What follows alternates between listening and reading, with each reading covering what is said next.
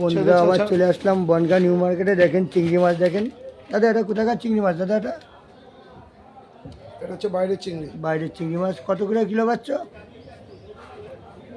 1800 টাকা কিলো। 1800 টাকা কিলো। বন্ধুরা চলে আসলাম বনগাঁ সেই রঞ্জিত কাকার কাছে। সেই ইলিশ মাছ ভাইরাল, কাতলা মাছ ভাইরাল। দেখেন সেই রঞ্জিত কাকা, দেখেন সেই রঞ্জিত কাকার গোডাউনে চলে আসলাম আবার।